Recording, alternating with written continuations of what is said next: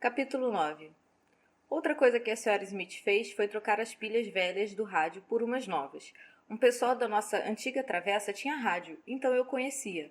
Porém, como quase tudo, só de longe. O da Sra. Smith ficava na sala principal, no armário de madeira lustrosa. No sábado à noite, assim que chegamos em casa, ela colocou as pilhas e ligou o rádio. Saíram umas vozes. A Sra. Smith suspirou. Queria música. Acho que alguma hora vamos ter que ouvir sobre a guerra. Ela bocejou e sentou-se sem se mexer. Pensei na comida que tínhamos comprado. Maçãs, carne. Levantei-me. Quer que eu faça um chá, senhorita? Quer que eu corte um pedaço de pão com banha? Ela franziu a testa. Claro que não. Tornei-me a sentar decepcionada. Estava com fome outra vez. Por outro lado, já havíamos comido 2 vezes naquele dia, contando com o pão que afanáramos de manhã. Já está quase na hora da ceia, disse a Sra. Smith. Ela abriu um sorriso, mas, com os sorrisos da mãe, não parecia felicidade. Vou preparar o jantar. Eu é que tenho que cuidar de vocês. Certo. Então, ela se levantou e, de fato, preparou a ceia. Uma ceia imensa. Presunto, batatas cozidas, umas coisinhas redondinhas chamadas ervilhas que tinham numa lata. Tomates, que nem os que o Jamie tinha roubado, só que cortados em fatias grossas. Pão com manteiga, tantas cores, formas e aromas diferentes que eu deixava as ervilhas rolarem dentro da boca. Depois esmagava elas com uma mordida. O jantar era um milagre. Era mesmo. Tanta comida ao mesmo tempo que o Jamie, cansado e irritado, se recusou a tocar em qualquer coisa além do presunto. Eu queria encher o menino de tapas. Comida e carne quente. A Sra. Smith podia até não querer a gente, mas estava nos dando muita coisa para comer, sem mencionar que eu tinha um sapato. Isso significava que ela não se incomodava que eu fosse à rua. Deixe-o quieto, retrucou a Sra. Smith num tom cansado, quando comecei a repreendê-lo. Para o Jamie, ela disse: Você não vai repetir nada até comer um pouco de cada coisa que está no prato. Na mesa haviam sido postos uns pedaços de pano dobrados por debaixo dos garfos. Antes de comer, a Sra. Smith estendera o dela no colo. Então fizemos a mesma coisa. Agora o Jamie pegou o pano dele e pôs na cabeça. Eu quero presunto, disse, por debaixo do pano. Pode comer mais presunto depois que provar um pouco de cada coisa, retrucou a Sra. Smith. Você tem o direito de não gostar de alguma comida, mas só depois de provar, e tira esse guardanapo da cabeça. O Jamie atirou o prato na parede e se estilhaçou todo. A Sra. Smith gritou. Eu ataquei o Jamie. Agarrei um pedaço de tomate do chão e esmaguei na boca dele. Ele cuspiu em cima de mim. Come, o rei! Agarrei ervilhas e enfiei na goela do meu irmão. Ele engasgou e fez que ia vomitar. A Sra. Smith me afastou com um puxão. Ada! Ada, pare! Vai machucar ele! Machucar ele? Sendo que era ele que estava desobedecendo? Hora de dormir, Jamie. A Sra. Smith o agarrou pelo braço. Banho, depois cama. Ergueu-o do chão e subiu as escadas com ele, que se debatia e gritava. Vou matar esse garoto, eu pensei. Eu mato esse garoto por agir assim. Peguei minhas muletas e me levantei. Recolhi os caquinhos de prato e a comida espalhada no chão. Sequei a água que havia derrubado quando virei o meu copo. Pude ouvir os gritos lá de cima. A Sra. Smith podia estar espancando ou retalhando Jamie. Para mim, não fazia a menor diferença. Quando terminei de limpar a cozinha, subi a escada. Com as muletas foi bem fácil. A gritaria tinha acabado. Pus água limpa na banheira para você, disse a Sra. Smith. Terminou de comer? Respondi que sim. Ainda sentia fome, mas o meu estômago revirava e eu não conseguia comer. Havia água quente, sabão e toalha. Eu já me sentia limpa, mas a água me acalmou. Depois vesti uma roupa chamada pijama, que era só para dormir. Camisa e calça, ambas azuis. O tecido era tão macio que por um instante eu o segurei juntinho ao rosto. Era todo macio aquele lugar. Macio, bom e assustador. Em casa, eu sabia quem era. Quando entrei no quarto, o meu irmão estava enroscado numa bolinha, roncando, e a Sra. Smith cochilava na cadeira ao lado da cama. Ela não é boa, lembrei a mim mesma, e fui dormir. No meio da noite, acordei num sobressalto, que nem quando a mãe recebia visitas em casa. Sentei-me e puxei os cobertores. Tinha respiração rápida e ruidosa. Tudo bem, Ada, disse a Sra. Smith. Está tudo bem. Eu me virei. Ela ainda estava sentada na cadeira ao lado do Jamie. O luar entrava pela janela. O rosto da Sra. Smith estava tomado de sombras. Meu coração disparou. Minha cabeça rodopiou. Está tudo bem? Repetiu. Estava tendo um pesadelo? Estava. Eu não sabia. Vi o Jamie deitado ao meu lado, a boca meio aberta, a respiração suave e compassada. Teve bomba? Perguntei. Ela balançou a cabeça. Não, não ouvi nada, mas acordei também. Ela estirou o punho na direção de um raio de luar. Já passa das 3 da manhã. E eu não pretendia dormir aqui. Fiquei nessa cadeira quase a noite toda. De alguma forma, pude ouvi-la sorrir. Faz muito tempo que eu não durmo direito. Desde que a Beck morreu, eu não durmo direito. Quando foi que ela morreu? A senhora Smith pigarreou. Faz 3 anos. Terça-feira que vem, faz 3 anos. Em parte, é por isso que eu não queria ficar com vocês, ela prosseguiu. Não tem nada a ver com vocês. Eu sempre pioro muito no outono. Depois os dias encurtam. E, bom, também não passo muito bem o inverno. Isso desde sempre, mesmo quando eu tinha a idade de vocês. Odeio o frio e a escuridão. Eu assenti. Também odiava. No inverno, os meus pés e as minhas mãos ficavam cheios de frieiras que coçavam e ardiam bastante. A Beck era sua filha? Minha filha? A senhora Smith soltou uma risada curta. Não, era minha amiga. Minha melhor amiga. Da universidade. Essa casa era dela e ela deixou para mim. E o Manteiga, eu lembrei.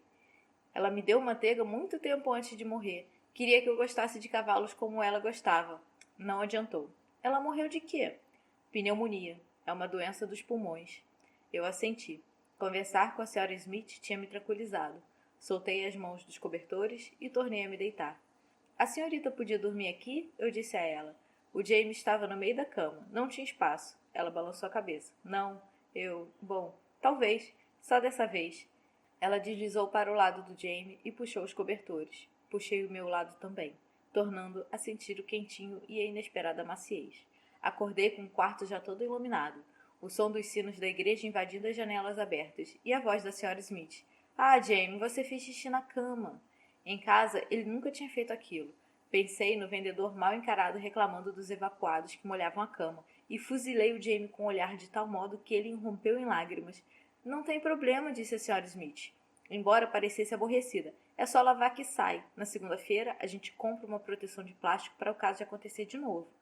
Toda hora, ela tinha que comprar coisas. Eu falei mais para aliviar a angústia. Claro, a senhorita é rica. Óbvio que era. Que aquela casa era chique e lotada de comida, sem falar no banco que lhe dava dinheiro. Nada disso, respondeu a senhora Smith. Eu tenho vivido da venda dos caçadores da Beck. Ela se levantou e se espreguiçou. O que é que há com essas porcarias de sinos? A gente dormiu tanto assim? Acho que devia levar vocês para a igreja. É que uma guardiã decente faria. Ela deu de ombros. Agora é tarde. No andar de baixo, ela fez chá. Disse ao Jamie para ligar o rádio. Uma voz grave e sonora saiu de dentro, muito lenta e solene. Algo nela fez com que Jamie e eu sentássemos para ouvir. A senhora Smith veio da cozinha e empoleirou-se na beirada da cadeira. Como anunciou o primeiro-ministro há poucos minutos, entoou a voz, a Inglaterra e a Alemanha acabam de entrar em guerra. Os sinos da igreja se calaram. Eles vão bombardear a gente? Perguntou Jamie. A senhora Smith assentiu e respondeu. Vão. Capítulo 10. Até então, até aquela manhã, eu tinha me esquecido das bombas. Elas deveriam estar em Londres, não na casa da senhora Smith. Mas mesmo assim, eu tinha me esquecido. Parecia impossível se esquecer de algo como bombas. Voltei a ter a sensação de estômago revirado. Como assim acabaram de entrar em guerra? Perguntei. A gente não estava em guerra? Viemos para cá. O governo mandou evacuar as cidades antes da hora, explicou a senhora Smith. Sabiam que a guerra estava para começar, só não sabiam exatamente quando. Se sabiam que estava para começar, podiam ter parado. A senhora Smith balançou a cabeça. Não tem como impedir o Hitler sem brigar. Não se preocupe, Ada. Vocês vão ficar seguros. A mãe de vocês vai ficar segura. E eu tenho certeza de que logo vão poder voltar para casa. O jeito com que ela falou, com um sorriso falso, denunciou que aquilo era mentira. Eu não sabia que motivo ela tinha para mentir. Tomara que não, respondi sem pensar. Engoli as palavras seguintes. Prefiro ficar aqui. A senhora Smith me olhou com surpresa. Pareceu prestes a dizer algo, mas, antes que pudesse, o Jamie começou a chorar. Eu quero ir para casa. Não quero guerra. Não quero bombas. Eu estou com medo. Eu quero ir para casa. Quando eu pensava em ir para casa, ficava sem ar. Minha casa dava mais medo do que as bombas. E que Jamie tinha na cabeça? A senhora Smith suspirou, pegou seu lenço de bolso e limpou as lágrimas e o ranho do rosto de Jamie. Ninguém quer saber o que a gente quer. Venham, vamos comer alguma coisa. Depois de comermos, a senhora Smith sentou-se perto do rádio com um rosto triste e distante. Senhorita, perguntei, já começaram a bombardear? Ela balançou a cabeça. Ainda não. As sirenes dispararam em Londres, mas era só treinamento. Eu me coloquei na beirada da cadeira ao lado dela. A voz do rádio prosseguia monótona. Senhorita, o que são caçadores?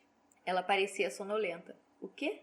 Repeti a pergunta. A senhorita disse que estava vivendo da venda dos caçadores da Beck. Eu sabia o que era vender coisas. Havia uma loja de penhores lá embaixo na nossa travessa, e quando o trabalho nas docas estava lento, as mulheres levavam suas coisas até lá. Caçadores são um tipo de cavalos caros, ela respondeu. A Beck tinha 2. A gente pode comer menos, o Jamie e eu, nós estamos acostumados. A Sra. Smith aguçou o olhar. Claro que não. Sua voz assumiu uma aspereza que me fez engolir em seco. Não é para se preocuparem com isso. Eu dou um jeito, ou Lady Thornton dá. Vocês vão receber cuidados. É só que... Pare de se preocupar. Está um dia lindo. Não quer ir brincar lá fora? O James já estava lá fora. Eu assenti, apanhei minhas muletas e fui. O Manteiga pastava ao longe. Manteiga, chamei, deslizando pela mureta do pasto. Ele ergueu a cabeça, mas não veio. Eu me deitei. O interior era incrível. Grama, terra, flores, insetinhos voadores. Virei a barriga para baixo e afaguei a grama. Cheirei, puxei da terra. Deslizei o corpo para frente e fui examinar uma flor branca. Até que senti uma bufada no pescoço. Dei um giro e dei uma risada esperando o Jamie, mas era o Manteiga. Ele cheirou minha cabeça, depois deu um passo para o lado e foi pastar. Observei como ele movimentava os pés, como espantava as moscas com um longo rabo dourado. O sol estava alto, depois desceu e o ar esfriou. Jantar! Gritou a Sra. Smith lá de dentro. Ao entrarmos, ela me olhou e disse: Andou rolando na lama? Não entendi a pergunta. Deixa pra lá, completou ela. Não se aflija tanto. Você já vai se lavar. Mais um banho? Gritou Jamie. Sente-se e coma. Isso mesmo, banho. Fiquem sabendo que vão tomar banho toda noite enquanto estiverem aqui. Toda noite? Com ou sem lama, eu me sentia mais limpa do que nunca. Não importa que vocês se sujem, mas lama nos meus lençóis não dá. O Jamie e eu olhamos em volta. Havia tanta coisa cujos nomes não conhecíamos, e era óbvio que ela se importava sim com a nossa sujeira, pelo menos um pouco. Senhorita, o que são lençóis? Perguntei por fim. Lençóis eram os cobertores finos e brancos que ficavam em cima da cama. O jantar foi um troço chamado sopa, que vinha numa tigela. Era para tomar de colher, não direto da tigela, o que eu achei trabalho demais. Mas sentia fome, e a sopa era salgada e com pedacinhos de carne, então fez o que me mandaram. O James simplesmente se recusou a comer. Se quer ir dormir com fome, tudo bem, disse a Sra. Smith. Sopa foi o que eu fiz, e sopa é o que tem para comer. Era mentira, e todos sabíamos. A despensa dela havia todo tipo de comida, mas o James já tinha ido dormir com fome antes. Não morreria disso. À noite, ele chorou no travesseiro e de manhã havia molhado a cama outra vez. Quero ir para casa. Quero ver o Billy White. Quero tudo como sempre foi. Quero ir para casa. Eu não queria. Nunca mais. Eu havia fugido uma vez e fugiria de novo. Capítulo 11. Na semana seguinte, 3 coisas aconteceram. A primeira foi que a Sra. Smith passou quase todos os dias dormindo ou encarando nada, de um jeito meio idiota. Na segunda-feira, preparou a nossa comida e só. Na terça, nem se levantou da cama. Eu a tinha observado bastante enquanto ela cozinhava, para entender como tudo ali funcionava, de modo que cozinhei para mim e o Jamie. No meio da tarde, preparei um chá para a Sra. Smith. O Jamie subiu com ele para mim e nós levamos até o quarto dela. Ela estava deitada de lado, acordada, mas encarando nada. Tinha os olhos vermelhos e inchados. Pareceu surpresa em nos ver. Eu abandonei vocês, disse sem se mover. Eu avisei a Lady Thornton que não tem condições de cuidar de crianças. Eu avisei. Apoiei o chá na mesinha ao lado da cama. Aqui, senhorita. Ela se sentou. Não são vocês que têm que cuidar de mim. Eu é que tenho que cuidar de vocês. Ela deu um gole e seus olhos se encheram de lágrimas. Vocês colocaram açúcar. Era assim que ela tomava, com açúcar, sem leite. Eu tinha visto. Sim, senhorita, respondi, encolhendo-me um pouco para caso ela tentar me bater. Mas não foi muito, ainda sobrou bastante. Eu não peguei nada para mim, embora eu tivesse deixado o Jamie comer um pouco. Eu não vou bater em você. Queria que entendesse isso. Estou deixando os dois de lado, sim. Mas não vou bater em vocês, e não me importo que peguem comida. Foi zeloso da parte de vocês terem adoçado meu chá. Foi zeloso terem feito chá para mim, na verdade. Sim, senhorita, respondi. Zeloso, bom ou ruim? Ela suspirou. E não tivemos resposta da sua mãe. Mas o nome de vocês é Smith, o sobrenome. Até Lady Thornton confirmar, eu tinha certeza de que era mentira. Sim, senhorita. Depois daquela história toda do Hitler, eu me virei para sair. A manhã havia sido agitada e eu estava com fome e queria tomar um chá. É um nome bem comum, Smith, disse a Sra. Smith. Mas mesmo assim, achei que fosse mentira. Ela ficou na cama mesmo depois de terminar o chá. Deixei o Jamie revirar a despensa e comer o que quisesse. E eu também comi, embora soubesse que mais tarde estaria frita. Deixei o Jamie ficar sem tomar banho, mas tomei um bem demorado e com tanta água quente que as minhas pernas até boiaram. Tirei os lençóis da cama e de modo que o xixi do Jamie na noite anterior não nos incomodou, e dormimos bem. De manhã, a senhora Smith acordou. No alto da cabeça, uma nuvem de cabeleiras crespa e loira. Vou tentar comemorar. Ontem foi por conta da Becky. Hoje eu vou melhorar. Eu dei de ombros. Consigo cuidar do Jamie? Provavelmente, mas alguém tem que cuidar de você. Essa foi a primeira coisa. A segunda foi que a Força Aérea Real Britânica construiu uma pista de pouso do outro lado da rua, em frente ao pasto do Manteiga. Terminaram tudo em 3 dias. Pista, galpões, tudinho. O Jamie, fascinado, ficava indo até lá escondido para ver. Daí, o militar o puxava pelo pescoço e o trazia de volta até a senhora Smith. O garoto fica em casa, minha senhora. Nada de civis na pista de pouso. A terceira coisa foi que o Billy White voltou para Londres. O Jamie andava fazendo o maior estardalhaço de saudade do Billy e dos amigos, mas eu não fazia ideia de como encontrá-los, nem pretendia sair procurando. Tinha pegado depressa o jeito com as muletas, então era fácil caminhar, mas gostava de ter o Jamie para mim. Passávamos o dia no quintal. Havia uma construção chamada estábulo, onde os cavalos da Beck costumavam ficar, e às vezes a gente brincava lá, mas quase sempre ficávamos no pasto do Manteiga, o que eu adorava.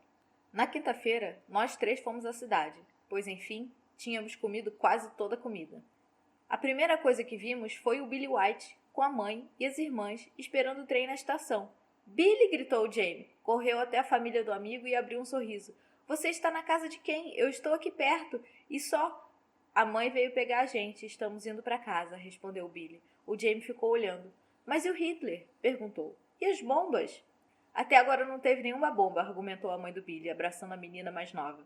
Quando sorri para a menina, a mãe do Billy afastou ela de mim, como se o meu pé ruim fosse contagioso.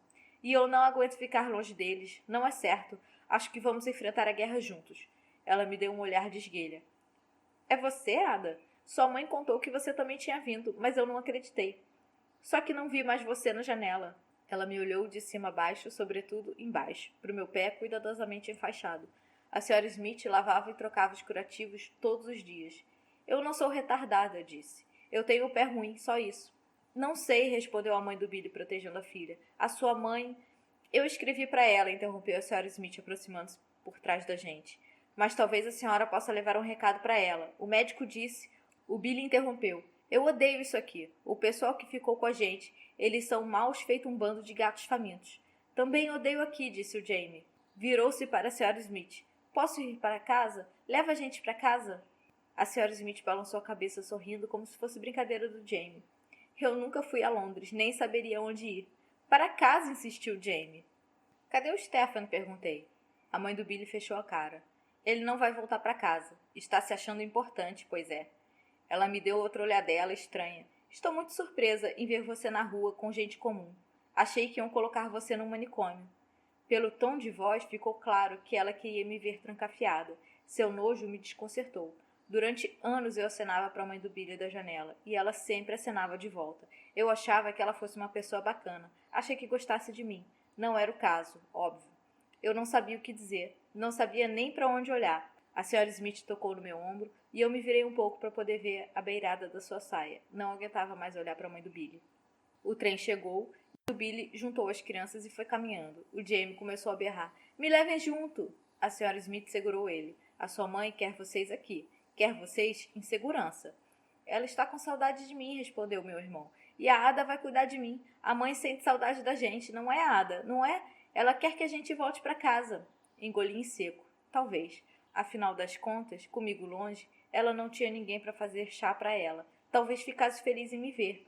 Agora que eu podia andar, ainda mais de muletas, talvez a mãe se perguntasse por que ela própria nunca tinha pensado nas muletas. Talvez visse que eu não era retardada. Ou talvez fosse, afinal. Talvez tivesse um motivo para que eu vivesse trancada em casa. Eu me senti tonta de repente. Pensei no Manteiga. Eu disse a mim mesma, desesperada, pense em cavalgar o Manteiga. Enquanto isso, os gritos do Jamie ganhavam força. Ele chutava a senhora Smith com vigor, tentando se livrar dela. Billy, me leva junto, eu quero ir para casa. A senhora Smith o segurou firme até o trem se afastar. Eu te odeio, gritava o James, soluçando e se debatendo. Eu te odeio, eu quero ir para casa. A senhora Smith agarrou-o pelo punho e puxou pela rua, em silêncio, com o rosto duro feito pedra. Venhada, falou ela sem olhar para trás. O Jamie não parava de soluçar. Tinha o queixo cheio de ranho. Eu te odeio, ele gritava. Eu te odeio. Algum problema? Perguntou uma voz tranquila. Olhei para cima. Era a Mulher de Ferro, a que nos pôs dentro do carro. Ao seu lado, em miniatura, uma garotinha com cara de ferro. Uma das garotas radiantes, de fita no cabelo, que nos serviram chá. Para minha surpresa, a senhora Smith revirou os olhos e balançou a cabeça, como se a gritaria do Jamie não a tivesse incomodado nem um pouco. Só um ataque de birra. Ele viu o amigo indo embora. A Mulher de Ferro virou-se para o Jamie. Pare de gritar, ordenou encrespada. Pare agora mesmo, peça desculpas e abra o cavalo. O Jamie parou e olhou em volta. Que cavalo? É maneira de falar, respondeu a Mulher de Ferro. Para a Sr. Smith, disse. Pelo menos uma dúzia já voltou. Eu avisei mais de uma vez aos pais que não é seguro. Londres vai ser bombardeada, mas não adianta. Essas mulheres burras preferem o conforto da presença à segurança dos filhos ao longo prazo. Mulheres burras, burras feito eu. Talvez na minha travessa todo mundo fosse burro. A Mulher de Ferro olhou para mim e para o Jamie. Os seus, sem dúvida, estão com um aspecto melhor. Ponto para você. Quase nada, respondeu a Sra. Smith. Só coloco roupas limpas e dou de comer aos dois. E também passava uma loção fedida nas nossas feridas, mas percebi que não contou essa parte à Mulher de Ferro.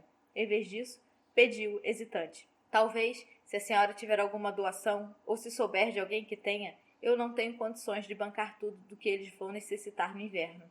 A Mulher de Ferro puxou uma prancheta da sua grande bolsa. Com certeza dormia de prancheta na mão.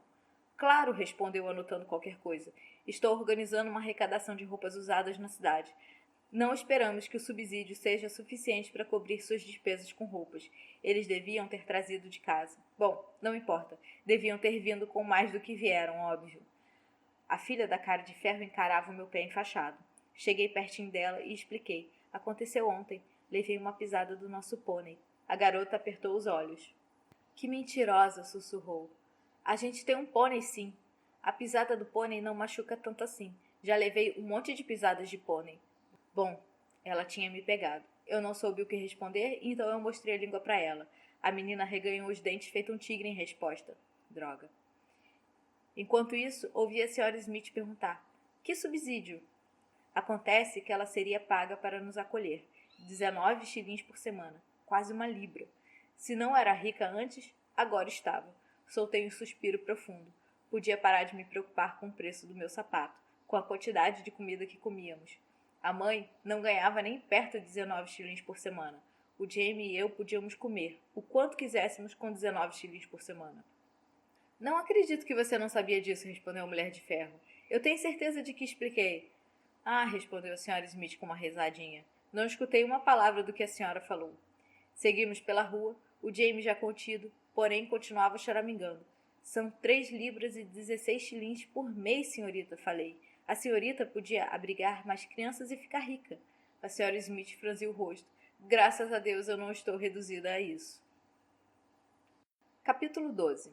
Todo esse tempo, em segredo, eu estivera indo ver o Manteiga. A Sra. Smith não podia proibir o que não sabia que eu estava fazendo. Na terça-feira, que ela passou na cama, sentei-me nele pela primeira vez. Fui persuadindo-o a se aproximar do murinho de pedras. Então, escalei o murinho, toda cambaleante, sem muletas, e joguei a perna ruim por cima do lombo dele. Agarrei a crina, fui me arrastando, e lá estava eu, montada em cima dele. Senti o seu cheirinho e o pelo quentinho pinicando as minhas pernas.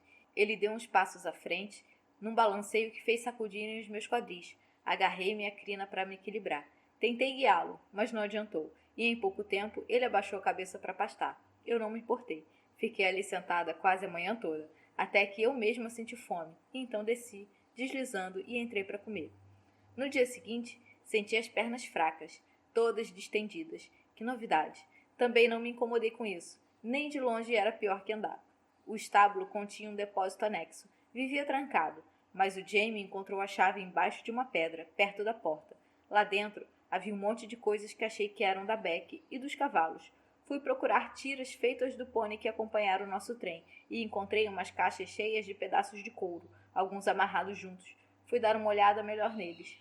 Se você pegar uma cabeçada, que é a coisa de couro que fica em volta da cabeça do cavalo, pela parte errada, pela focinheira ou pelas faceiras, por exemplo, em vez de pela cachaceira, ela não se parece em nada com algo que possa ser usado por um cavalo. Parece um bololô de couro. Então, logo de início, eu não consegui entender nada. Por fim, encontrei uma coisa meio quadrada numa prateleira. Era cheio de folhas de papel dentro, com coisas escritas que eu não conseguia ler. E lá pela metade havia um desenho da cabeça de um cavalo com as tais tiras de couro amarradas. Analisei o papel e as tiras até consegui entender. Naquela tarde, quando tentei colocar a cabeçada numa manteiga, eu certamente havia apanhado uma grande, que caberia num dos cavalos maiores da Beck. Passei a parte de cima pelas orelhas dele, mas a parte de metal ficou pendurada bem abaixo do queixo, e na parte que deveria envolver a lateral da cabeça, em vez disso, ficou em cima das narinas. Ele soltou uma bufada e saiu correndo, arrastando as rédeas. Levei metade da tarde para apanhá-lo, e ainda precisei da ajuda do Jamie. Na tarde da quinta-feira, depois de voltarmos das compras, tentei uma cabeçada menor, e funcionou que foi uma beleza. O Manteiga veio quando eu chamei. Dei a ele um pouco de mingau de cereal seco que tirei do bolso. Pus a cabeçada nele e coube direitinho. Naquela época, eu não sabia os nomes. Cabeçada, bridão, rédeas, faceira, cachaceira, mas agora eu sei. E a coisa quadrada com as folhas de papel e o desenho do cavalo era um livro. Meu primeiro livro. De todo modo, lá estava o Manteiga, todo equipado e eu pronta. Quando subi, ele bufou e já foi baixando a cabeça para pastar. Puxei as rédeas. Ele jogou a cabeça para cima espantado. Assim era melhor. Dei-lhe uns chutinhos, pois descobrira que isso o colocaria em movimento. Ele avançou.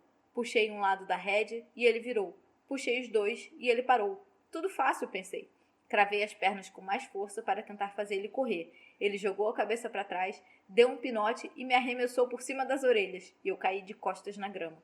Jamie correu até mim. Ada, você morreu? Eu me levantei cambaleante. Não. Voltei a montar o Manteiga e ele tentou repetir. Dessa vez mantive sua cabeça erguida, de modo que ele não conseguiu dar o pinote, não da mesma forma. Então deu um pulo para o lado, arremessando-me outra vez. Bati a cabeça no chão com um baque surdo e fiquei tonta por um instante.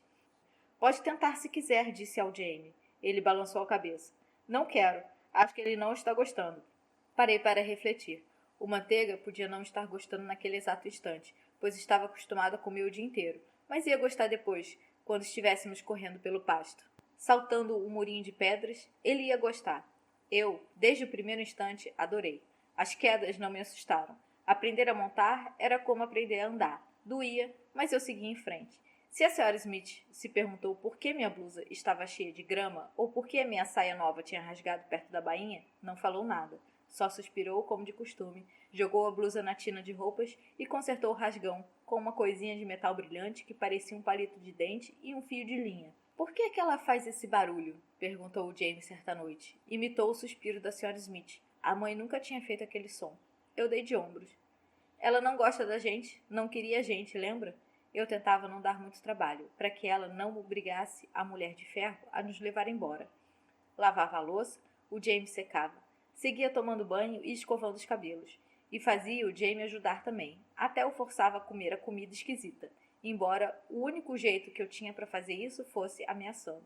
Quanto tempo a gente vai ter que ficar aqui? Meu irmão perguntou. Sei lá, até o fim da guerra, talvez, ou até a mãe vir nos buscar. Quanto tempo falta para a guerra acabar?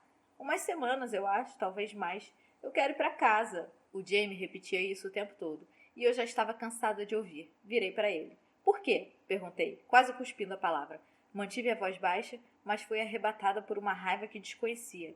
Para você poder fazer o que quiser e eu não poder fazer nada? Para eu não poder mandar em você? Para eu viver trancafiada e calada? Os olhos dele se encheram de lágrimas. Não, ele sussurrou. Eu não ligo de você mandar em mim. E ela não vai mais mandar você calar a boca, agora que está de muleta e tudo. Todo mundo lá onde a gente morava tem nojo de mim. Acham que eu sou um tipo de monstro. Não. Não acham, não, respondeu Jamie, mas virou o rosto. Não vão achar. Abriu um berreiro fervoroso, abafando os soluços com o travesseiro. Você tem muletas. As muletas não mudam o meu pé. Continua tudo igual. Ainda dói. Eu continuo igual. Em casa, eu sabia o nome das coisas, retrucou Jamie aos prantos. Eu entendia. Eu sabia como às vezes era opressivo entrar numa loja cheia de coisas que eu nunca tinha visto. Não tem nada de bom em casa. Você passava fome, lembra? Não, eu nunca passava fome. Nunca. Se não passava, era só porque eu lhe dava quase toda a comida. Eu passava fome. Vivia sozinha e presa. E agora, seja lá como for, você tem que me obedecer. Tem que ficar aqui comigo. Eu sou a pessoa que protege você. A choradeira do Jamie diminuiu. Ele ergueu a cabeça e me encarou, os olhinhos castanhos ainda cintilando com as lágrimas. Rolou o corpo de costas e eu puxei o lençol até o queixo dele. Dei-lhe umas batidinhas no ombro magro. Aqui é seguro? Ele perguntou. Eu não sentia segurança. Nunca. É. É mentira. Eu sei que é. Ele deu as costas para mim, virando o corpo de lado.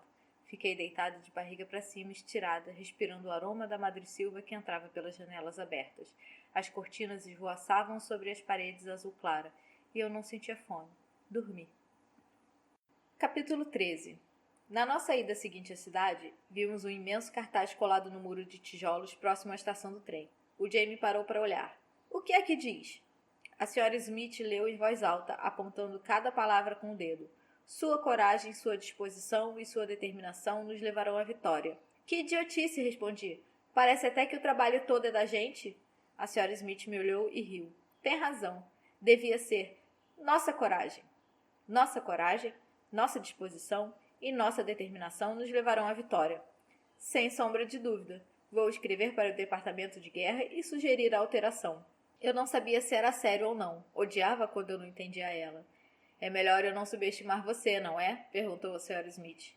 Como eu podia saber? Eu fiz uma carranca. Ah, deixa disso, sua garota ranzinza. Ela ralhou, tocando de leve meu ombro. Venha me ajudar a escolher os vegetais.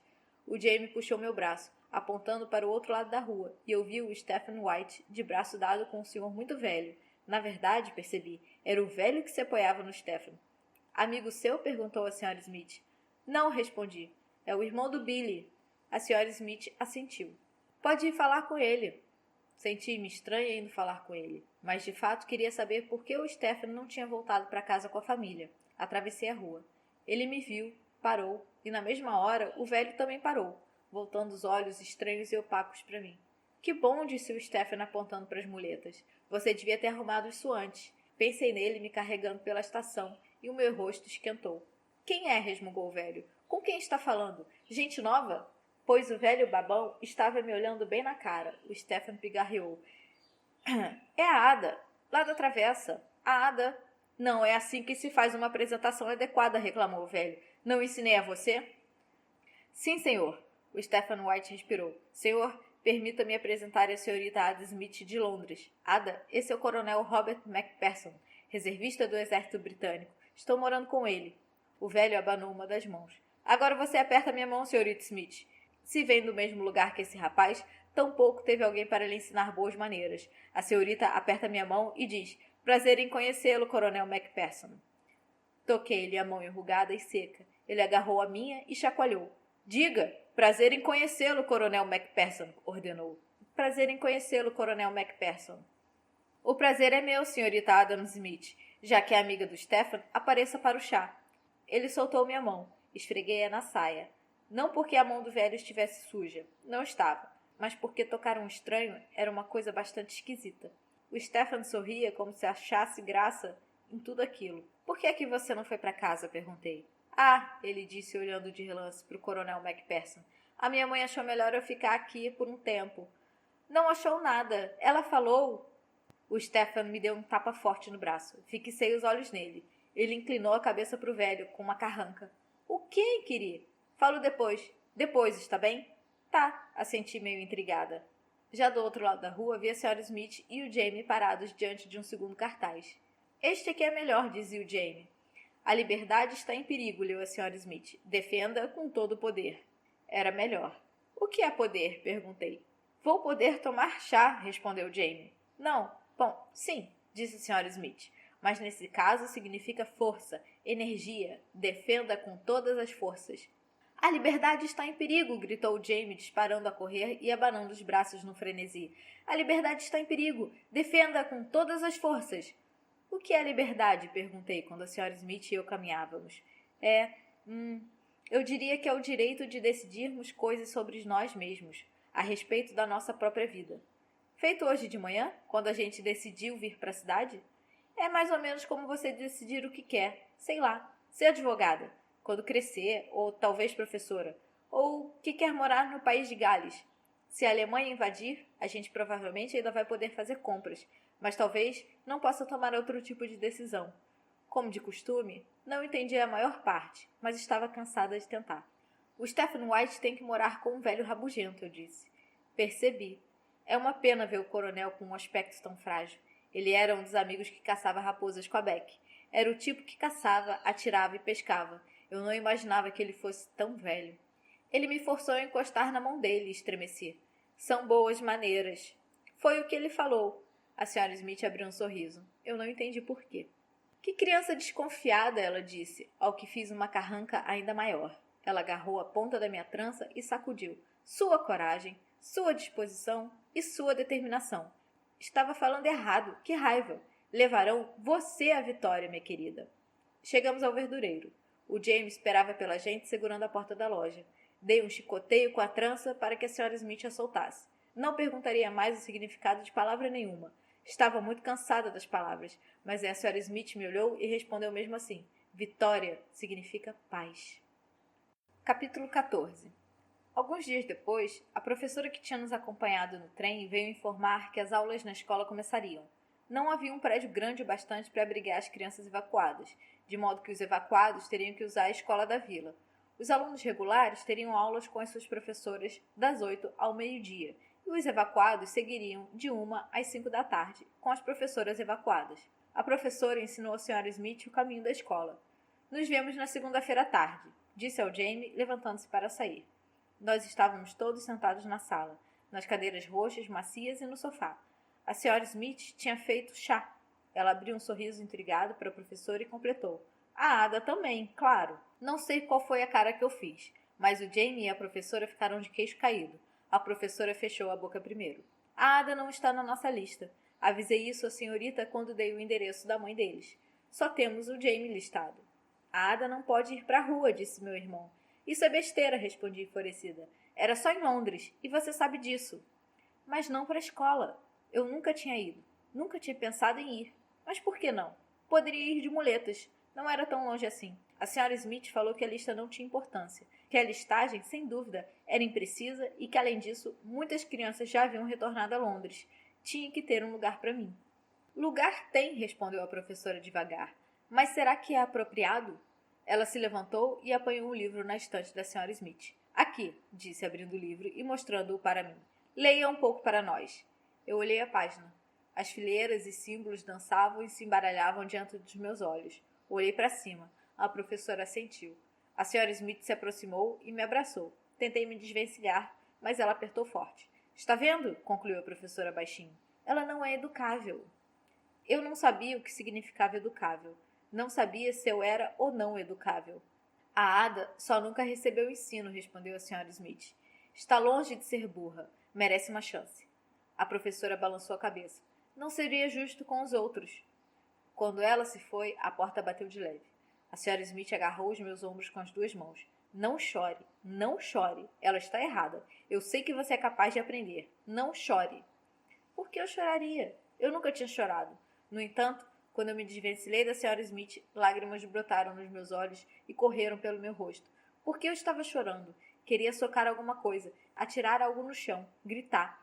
Eu queria galopar com manteiga e nunca mais parar. Eu queria correr, mas eu não podia. Não com meu pé torto, feio e horrível. Enterrei a cabeça numa das almofadas chiques do sofá e eu não pude evitar. Chorei. Estava tão cansada de viver sozinha. A senhora Smith sentou-se ao meu lado. Tocou nas minhas costas. Contorci o corpo para me afastar. Não se preocupe, ela disse, quase como se eu tivesse alguma importância. Eles estão errados. A gente vai dar um jeito. Eu sei que você não é burra, ela prosseguiu. Gente burra não poderia cuidar do irmão do jeito que você cuida. Gente burra não tem metade da sua coragem, nem metade da sua força. Burra, retardada, educável, zelosa, eram só palavras, e eu estava tão cansada de palavras sem sentido. Naquela noite, depois do banho, a senhora Smith veio até nosso quarto antes de dormirmos. Parecia nervosa. Trouxe uma coisa. Esse era o meu livro preferido quando eu era pequena. Meu pai lia para mim na hora de dormir. Pensei em começar a ler para vocês. Virei a cabeça. Mais palavras. Por que, senhorita? Perguntou Jane. Queria que parassem de me chamar de senhorita, ela disse, aproximando-se a cadeira do lado do Jamie. Eu me chamo Susan. Podem me chamar de Susan. Quero ler para vocês porque acho que vão gostar. Por que nós vamos gostar? Falou Jamie. A senhora Smith não respondeu. Esse livro se chama Os Robson Suíços. Escutem. Ela pigarreou e começou. Tínhamos passado muitos dias abalados por uma tormenta. Por 6 vezes a escuridão encerrou-se sobre um cenário terrível e turbulento. Enfiei a cabeça no travesseiro. A voz dela parecia uma mosca zumbindo na janela e dormi. De manhã, porém, aquelas primeiras palavras não saíam da minha cabeça e eu não aguentei. Senhorita, perguntei durante o café da manhã, o que é abalados por uma tormenta? A senhora Smith me olhou sobre a xícara de chá. Presos numa tempestade, vento, chuva, relâmpagos, e se você está num barco, no mar, fica sendo jogado para lá e para cá, fica abalado e seguro por conta da tempestade. Olhei para o Jamie. É a gente, concluí, jogados para todo lado. Estamos abalados por uma tormenta. Ele concordou. Virei-me de volta para a senhora Smith. O que é educável? Ela pigarreou. Capaz de receber educação, capaz de aprender. Você é plenamente capaz de aprender, Ada. Você é educável. Eu sei que é. Aquela professora está errada. Um avião zuniu no céu. O Jamie deu um salto. Agora víamos e ouvíamos aviões o tempo todo, por conta da pista de pouso. Mas o Jamie nunca se cansava de observá-los. Também fui me levantando para sair. Ada, disse a senhora Smith, se quiser, posso começar a ensinar você a ler agora de manhã. Eu fugi do assunto. Não, obrigada. Usei as boas maneiras que ela tinha me ensinado. Quero ir ver os aviões. Ela balançou a cabeça. Isso não é verdade. Quero ir falar com Manteiga. A senhora Smith inclinou-se para a frente. Você é perfeitamente capaz de aprender. Não dê ouvidos a quem não conhece você. Escute o que sabe. Escute a si mesma. O que eu sabia? Aprender olhando por uma única janela. Eu não sabia nada. As palavras que ela usava, capaz, abalados por uma tormenta, até pequenas, mar. O que era um mar? Os barcos desciam pelo Tâmisa. O mar era a mesma coisa que um rio? Eu não sabia nada. Nada. Preciso ver o pônei, eu disse. Ela suspirou. Você que sabe, respondeu e deu meia volta.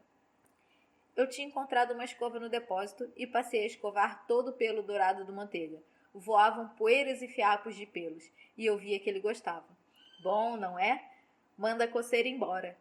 Eu mesma já não me coçava como antes. A loção fedida fez sumir as manchas ásperas da pele, e a minha cabeça estava melhor, agora que a senhora Smith escovava meus cabelos todas as manhãs.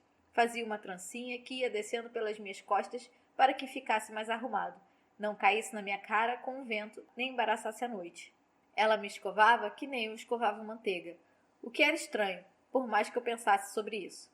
Olha, gritou Jamie apontando para o céu, um diferente. Ele correu pelo pasto tentando conseguir ver melhor o avião. Dei 2 voltas no pasto com Manteiga, depois ele me obrigou a descer. Na hora do almoço, a senhora Smith disse que levaria o Jamie à escola naquele primeiro dia. Você vai ficar bem sozinha, Ada? Pode vir se quiser. Balancei a cabeça. Não me aproximaria da escola. E acabou sendo a maior sorte. No minuto em que a senhora Smith saiu com Jamie, eu pulei de volta no Manteiga. E por isso estava lá quando o cavalo novo saltou no nosso quintal. Capítulo 15. Aconteceu assim. Eu estava guiando Manteiga em círculos, praticando as viradas. Ouvi o som de cascos vindo da estrada e parei para olhar, mas não consegui enxergar nada por detrás das árvores. Um avião decolou na pista de pouso e guinchou bem em cima das nossas cabeças. E no mesmo instante, alguém a cavalo surgiu à vista. O Manteiga não se incomodou com o avião. Agora via dezenas de aviões decolarem todos os dias. Mas o outro cavalo, um grandão castanho, se assustou e deu um pinote.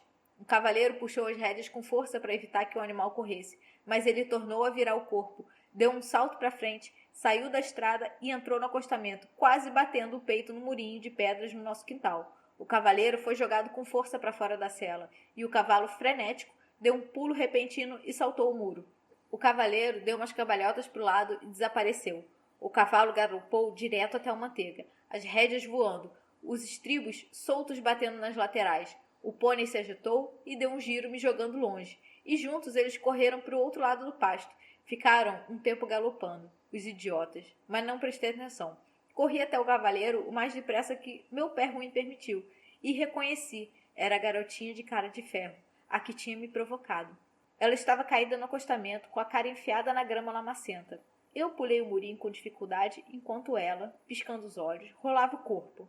Abriu os olhos e soltou uma série de xingamentos que eram muito comuns nas docas lá onde eu morava, e também na minha travessa. Terminou com: "Odeio essa bosta de cavalo desgraçado." Bosta não era uma coisa que a Sra. Smith nos deixava falar. Nem eu, nem o Jamie. Era um palavrão, uma palavra feia. "Odeio ele", ela repetiu, me encarando. "Está muito machucada?" Ela começou a se sentar e então caiu para trás, deixando a cabeça desabar. "Estou me sentindo tonta e com muita dor no ombro. Aposto que quebrei uma clavícula." Ela tocou um ponto abaixo do pescoço e se encolheu. "A minha mãe quebrou a dela no ano passado, caçando. É fácil de acontecer. Cadê a porcaria do cavalo?" Olhei por sobre o muro, pastando com o pônei, como se nada tivesse acontecido. Ela ergueu o corpo aos poucos até se sentar. "Não me espanta. Odeio esse cavalo. É do meu irmão." Começou a se levantar, deu um gritinho e sentou-se de volta com um baque. Sua pele ficou pálida, depois meio cinza, um tom interessante. "É melhor ficar parada", recomendei. Fui buscar o cavalo. A pata da frente estava embolada nas rédeas, mas tirando isso, ele estava ótimo, e ficou bem quietinho enquanto eu desembolava. Era maior que o Manteiga e bem mais bonito. Pelagem linda e brilhosa, pernas compridas e elegantes. Cheirou-me as mãos como o Manteiga fazia. "Não tenho petisco", avisei. Comecei a caminhar com ele até a garota, mas meu pé doía, e além disso, o cavalo era tão bonito. Puxei as rédeas por sobre sua cabeça, calcei o pé bom no estribo e montei. A sela era firme e confortável comparada com as costas do Manteiga, largas e escorregadias. Eu não podia calçar o pé ruim no estribo, mas gostava da sensação dele no pé bom. Juntei as rédeas e o cavalo arqueou o pescoço com delicadeza. Quando bati nele com o tornozelo, ele quase disparou. Erro meu. O cavalo claramente respondia a comandos bem mais sutis que o Manteiga. Eu o fiz recuar, encostando a perna de maneira bem suave. Ele seguiu as passadas compridas, altivas e meio altas. A garota já estava de pé, apoiada no muro. Dei a volta no portão com ele. Tive uma ideia melhor. O cavalo havia entrado saltando. Podia sair da mesma maneira. Eu o chutei para que ele avançasse. Ele deu uns passos vigorosos e depois acertou um trote ágil e gentil. "Ah", pensei, com a respiração presa na garganta. "É essa a sensação de andar depressa e não sentir dor." Pensei nas rédeas e apontei o cavalo para o murinho. Ele não hesitou. Seguiu em frente e para o alto, num salto suave. Voou. Segurei-lhe a crina com as duas mãos e voei junto. Aterrissamos do outro lado. Dei uma gargalhada alta. "Exibida", disse a garota, que também ria. "Sorte a sua que não apareceu outro avião." "Sorte a minha. Você já consegue cavalgar?" Ela experimentou mover o braço e se encolheu. "Nunca que eu vou conseguir segurar ele. Não com uma só mão. E a minha cabeça está doendo muito. Posso montar na sua garupa?" Deslizei um pouco para frente. A sela era bem grande. Tirei o pé do estribo e ajudei a menina a subir. "Pode ficar com as coisas dos pés." Ela passou o braço bom pela minha cintura. "Chamam-se estribos", explicou, enfiando os pés neles. "É só voltar por onde eu vim. E sem correr, por favor. A minha cabeça parece que foi esmagada. Se você trotar, vai ser o meu fim." Ela se chamava Margaret. A mãe dela liderava o serviço voluntário feminino, motivo pelo qual era a responsável pelos evacuados. "Mas não é só isso", contou a Margaret. "Ela vive fazendo trabalho de guerra.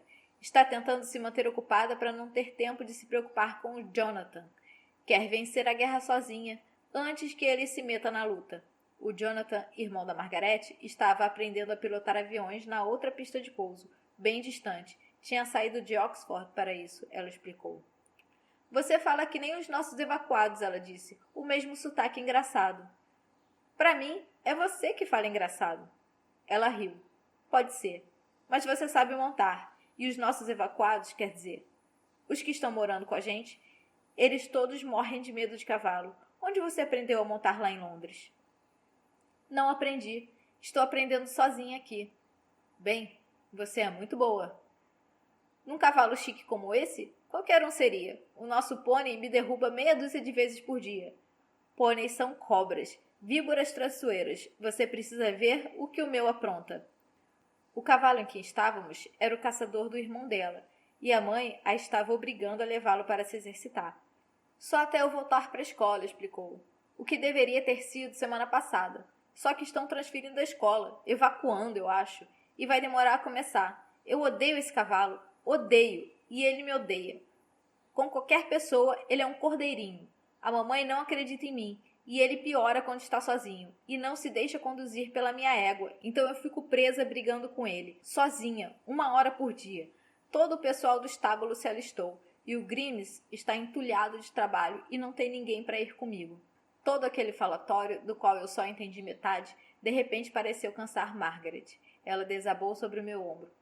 Tudo bem? Perguntei. Na verdade, não. Estou passando mal. O cavalo deu um balanceio autoritário e dobrou numa curva.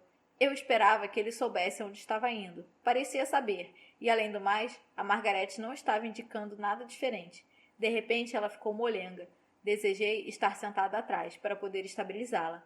Maggie? Perguntei. Havia uma Margaret na nossa travessa, e todo mundo a chamava de Maggie. Maggie, aguente firme. Segurei a sua mão na minha cintura. Ela largou a cabeça por cima de mim, gemendo sozinha. Eu me esforçava para manter o cavalo estável e, ao mesmo tempo, rápido. Não sabia que distância teríamos que percorrer. A mamãe gosta mais do Jonathan do que de mim, disse a Meg mais alto. Na verdade, ela não gosta de meninas. Faz tudo por ele, mas comigo está sempre irritada. A minha mãe também não gosta do meu irmão. Ela me odeia, por causa do meu pé ruim. Pude senti-la se abaixar olhando para o meu pé. Fiquei feliz por ele estar enfaixado. Ela se balançou sem equilíbrio. Cuidado, falei. Ela grunhiu. Um carro de cerveja passou por cima dele. Ah, ora, que motivo mais bobo para odiar você? O cavalo avançava a passos largos. A cabeça da Meg ia batendo no meu ombro. Não foi um carro de cerveja, eu disse depois de uma pausa. É pé torto. Fora essa palavra usada pelo médico. Ah, pé torto. Ela tinha a voz arrastada. Já ouvi falar. A gente teve um potro que nasceu com o pé torto. O cavalo fez outra curva e foi descendo por um longo caminho de cascalho ladeado por fileiras contínuas de árvores compridas. Agora andava mais depressa, balançando a cabeça. A Meg gemeu. Vou vomitar. No cavalo não. Ela grunhiu e vomitou, mas inclinou o corpo bastante para que a maior parte não pegasse na sela, e então quase caiu, e eu a segurei. O cavalo sacudiu a cabeça impaciente. Ele sempre fica mais feliz na volta para casa, resmungou a Meg. Patife nojento. Que é um potro? Perguntei. O quê? Ah, é um cavalo bebê. A gente teve um cavalo que nasceu com o pé torto. Era como o Grimm chamava. Ela voltou a ficar bem mole. Estou me sentindo muito mal. Tentei imaginar um cavalinho de casco torto. Os cascos do Manteiga eram compridos e curvos, mas não retorcidos. O que um cavalo faria se não pudesse andar? Não havia muletas para cavalo, havia? Então, ele morreu? Perguntei. O quê? Ah, o cavalo? O cavalo do pé torto? Não. O Grimes consertou. O Grimes é o ferrador. As árvores se abriram, e à nossa frente surgiu uma imensa construção de pedra, como eu imaginava que fossem os armazéns das docas, imensa como a estação de trem de Londres. Não podia estar certo. Fosse o que fosse, aquele lugar não era uma casa. O cavalo sacudiu a cabeça em resposta às minhas tentativas de puxá-lo para entrar. Em vez de rumar direto para a construção gigante, deu a volta pela lateral e foi até um espaço que eu mesmo identifiquei como um estábulo. Um velho se aproximou correndo, mas meio manco. O Grimes, pensei. O que foi que houve? Ele perguntou. A Meg se machucou, falei. Ela se atirou nos braços do velho. Ele cambaleou, mas segurou firme. Caiu e bateu a cabeça e machucou o ombro também. O Grimes assentiu. Pode ficar com o cavalo um instante? Eu vou entrar com ela. Claro, respondi, tentando falar que nem a Meg. O Grimes consertou um cavalo com o pé torto. Consertou um pé torto. Como? Ele levou a menina embora. Desci do cavalo, um longo caminho até o chão, e olhei em volta. Havia baias feitas da casa da Sra. Smith, só que em maior número, mais chiques, e a maioria ocupada. Os cavalos olhavam curiosos por sobre as portinholas do estábulo, de orelhas empinadas. Alguns faziam uns barulhinhos. Levei o cavalo da Meg até uma baia vazia. Ele enfiou a cabeça num balde d'água, depois numa pilha de feno. Removi a sela. Não foi difícil. Foi só tirar as tiras da parte de baixo. Larguei-a perto da porta. Depois tirei a cabeçada. Fechei o cavalo na baia e levei o equipamento até o depósito, que não tive problemas em encontrar. Havia uma fileira de prateleiras com celas e outra com cabeçadas, e eu devolvi o que tinha nas mãos aos espaços livres. Dei uma passeada, olhei para os outros cavalos e então o Grimes retornou. Obrigado, ele disse. Ela agora está na cama. A madame já ligou para o doutor. Acho que não temos mais o que fazer. Ela está um pouco desorientada. Pode acontecer isso às vezes quando se leva uma pancada na cabeça. No começo ela parecia bem, mas ela foi piorando no caminho. Não me surpreende. Ele apontou para o meu pé. O que foi que houve? Você se machucou também? Olhei para baixo. Uma mancha de sangue vazava do meu curativo. Ah, de vez em quando isso acontece, quando eu estou sem as muletas. Eu hesitei e depois acrescentei. É pé torto. O Grimes não se ofereceu para consertar, só assentiu. Vou levar você para casa de carro, então. O Grimes foi muito bacana em me dar uma carona. Agradeceu-me por ajudar a senhorita Margaret. Eu disse que tinha ficado feliz em ajudar, ainda mais porque acabei cavalgando num cavalão tão grande e fino. Ele riu e deu uma batidinha na minha mão, o que foi estranho, mas eu não me incomodei. Entrei pela porta da frente radiante de tão feliz. Não estava nem um pouco preparada para a ira da senhora Smith.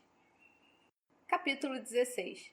Ela avançou na minha direção feito uma bruxa de cabelos loiros e olhos faiscando. Onde é que você estava? Eu quase fui à polícia. O pônei está no pasto com a cabeçada e você desaparecida. São quase 4 da tarde. Onde diabos estava com a cabeça? Ela veio até mim e eu me desviei, os braços erguidos sobre a cabeça. Eu não vou bater em você, ela urrou. Mas bem que queria. Você merece uma surra por me deixar tão preocupada desse jeito. Preocupada? Preocupada como eu ficava com Jane em Londres? Deixei minhas mãos desabarem no colo. Eu havia me sentado numa cadeira roxa e encarei perplexa. Eu sei que você não gosta de estranhos, ela disse mais calma. Não podia imaginar um motivo para você ir à cidade. Não achei que estivesse na pista de pouso, mas fui lá perguntar mesmo assim, e ninguém tinha visto uma garota. É a primeira vez que eu deixo você sozinha. Não podia imaginar o que daria errado. Não tinha ideia de onde você estava. Eu achei que eu podia ir na rua, respondi. Meu pé doía como há dias não doía, desde a minha chegada, e eu não caminhava tanto sem muletas.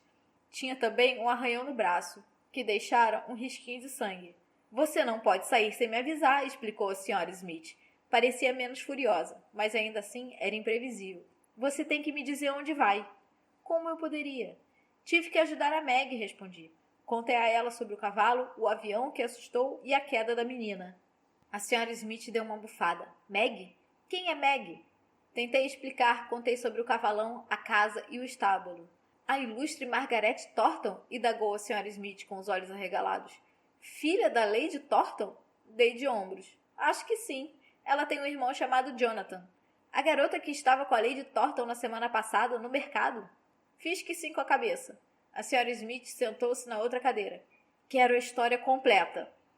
Contei tudo, exceto a parte em que a Meg falou os palavrões. A senhora Smith se impertigou. Estava carrancuda. Pois sim, você levou a senhorita Margaret de volta para casa cavalgando o caçador premiado do Jonathan Thornton? Isso, respondi. Não acredito. Eu não sabia o que dizer. Eu contava mentiras, claro que contava, mas não mentiria a respeito daquilo. Eu tinha feito muito bem em levar a Meg e o cavalo de volta para casa. O Grimes falou. Até tirou o chapéu para mim quando eu saí do carro. Se fosse mentira, retruquei, eu não ia saber onde fica a casa dela. Ah, eu acredito que você tenha visto a casa, respondeu a senhora Smith num tom rígido. Acredito que a senhorita Margaret tenha passado por perto, que você tenha visto e ido atrás. Olhe o seu estado. Pé sangrando de novo e tudo mais. Acredito que tenha visto a garota, o cavalo e a casa. Só não acredito em nada do resto. Eu abri a boca, depois fechei. Eu não sabia o que dizer. Vá para o quarto, disse a senhora Smith. Vá se lavar no banheiro, depois vá para o quarto e fique lá. Não quero mais ver você hoje. Quando Jamie voltar, eu mando ele subir com o jantar. Horas depois, o meu irmão subiu com um prato para mim. Como foi a escola? Perguntei.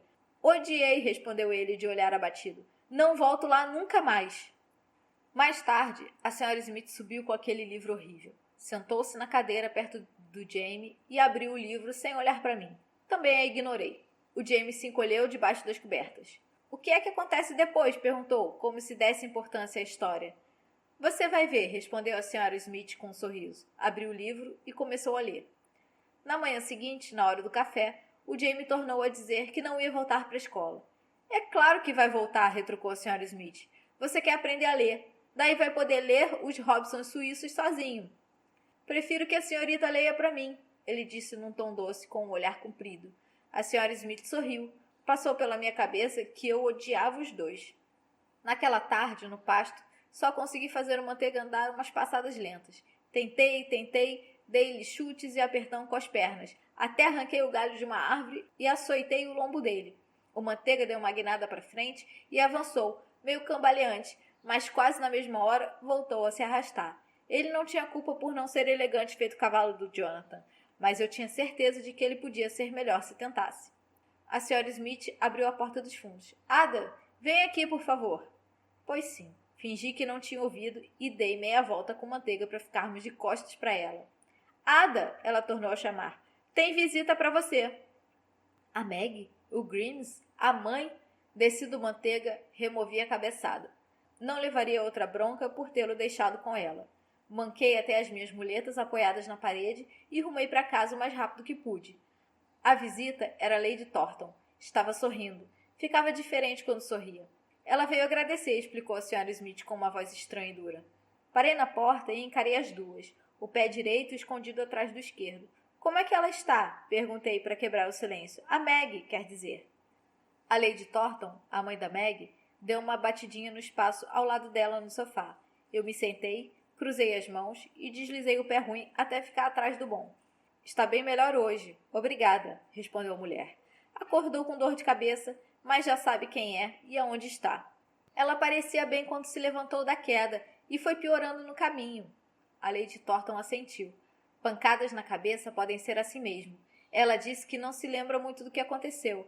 Lembra que você estava lá, mas só. O Grimes, do estábulo, me contou que você a levou para casa. Olhei a senhora Smith. Seu rosto ainda estava duro feito uma tábua. A senhora Smith não acreditou. Expliquei, inclinando a cabeça para ela, que eu montei no cavalo e tudo mais. A Lady Thornton abriu uma caixa que havia perto dos seus pés. Eu mesma não teria acreditado sem uma testemunha. Não é um cavalo fácil. Ele gostou de mim, respondi sem pensar, mas percebi que era verdade. O cavalo do Jonathan tinha mesmo gostado de mim. Ela fez uma cara de cansaço. Então, você é a terceira pessoa de quem esse animal já gostou na vida, além do Grimes e do meu filho. Balançou a cabeça uma única vez com veemência, e o seu rosto reassumiu a expressão inicial, a cara de ferro. Trouxe umas roupas para você e para o seu irmão. As do seu irmão são das famílias da cidade. As suas são basicamente da minha filha, coisa que já não cabem nela. Aqui. Ela colocou no meu colo uma calça amarela e um par de botas que iam até o tornozelo. Eu as encarei. A calça era de um tecido grosso e resistente. A parte das coxas era bufante e a dos joelhos mais estreita e com os botões. Eu reconheci. A Meg estava usando uma igualzinha na véspera. De montaria, falei. Nunca na vida tinha usado uma calça. Ficaria mais fácil subir no Manteiga. Lady Thornton assentiu. Pois é. Tenho certeza de que a senhora Smith está ajudando você, mas não acho que ela poderia fornecer as roupas adequadas.